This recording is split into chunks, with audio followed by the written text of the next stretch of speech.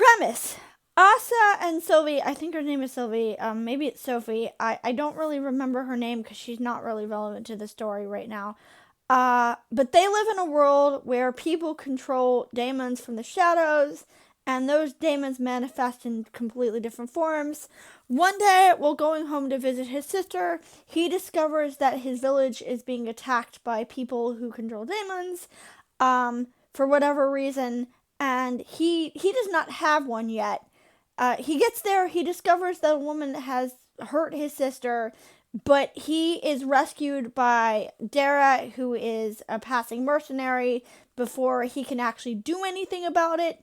And in the process of doing this, he unlocks his own daemon, which takes the form of two separate ones.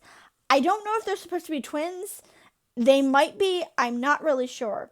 Positives.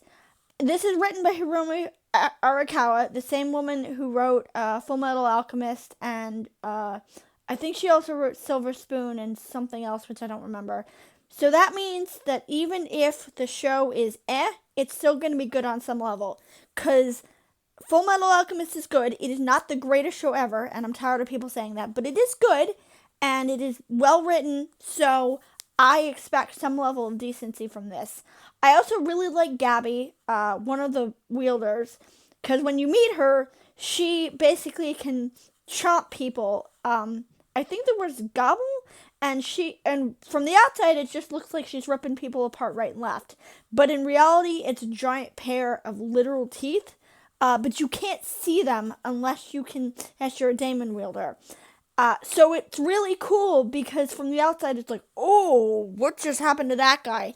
But in reality, yeah, you could actually dodge them if you could see them, but most people can't see them except for Dara. I also like Dara. I think he's very interesting. I like the fact that he can see daemons, but he just mostly wields a gun. So he doesn't actually have one. He just can see them for whatever reason. That's really cool to me. Negatives. I don't like the fact that Asa's sister doesn't really do anything. She's just kind of there, and his goal is basically get back to my sister and make sure she's okay. I hope later in the story she actually serves a purpose, because otherwise it's just like, this feels like a damsel in distress trope, and I don't really like that. I didn't like it in Demon Slayer, but Demon Slayer had other problems, so we're not going to go into that. And I don't like it here. I also don't like the fact that the art is kind of You can tell it's written by Hiromi Arakawa because it's the same type of artwork as Fullmetal Alchemist. This art is just not really on the level for 2026. It's not bad, it's just kind of meh. But overall, it's an okay concept. I like it. I'm worried that the story does not have enough meat to sustain an entire series. However, I am willing to give this a chance, so this, so far, is going on the watch list. I also like the fact that in order to maintain a daemon, you have to drip blood in order to get one. That is a very cool concept, which you could do something with.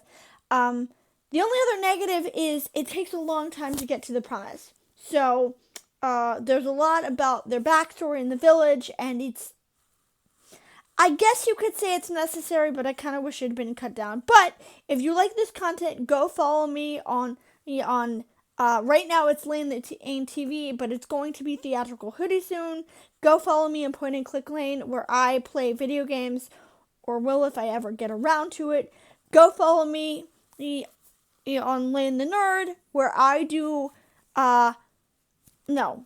no, it's the Uncanny Chef now. I'm sorry. It's the Uncanny Chef now, where I do cooking stuff like trying weird products and trying weird cooking demos.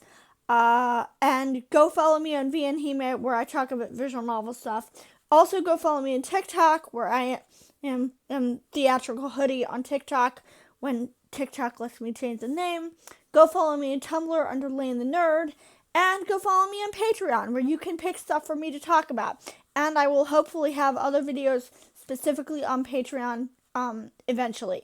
But if you like this content, follow me, comment, and let's have some fun with this show.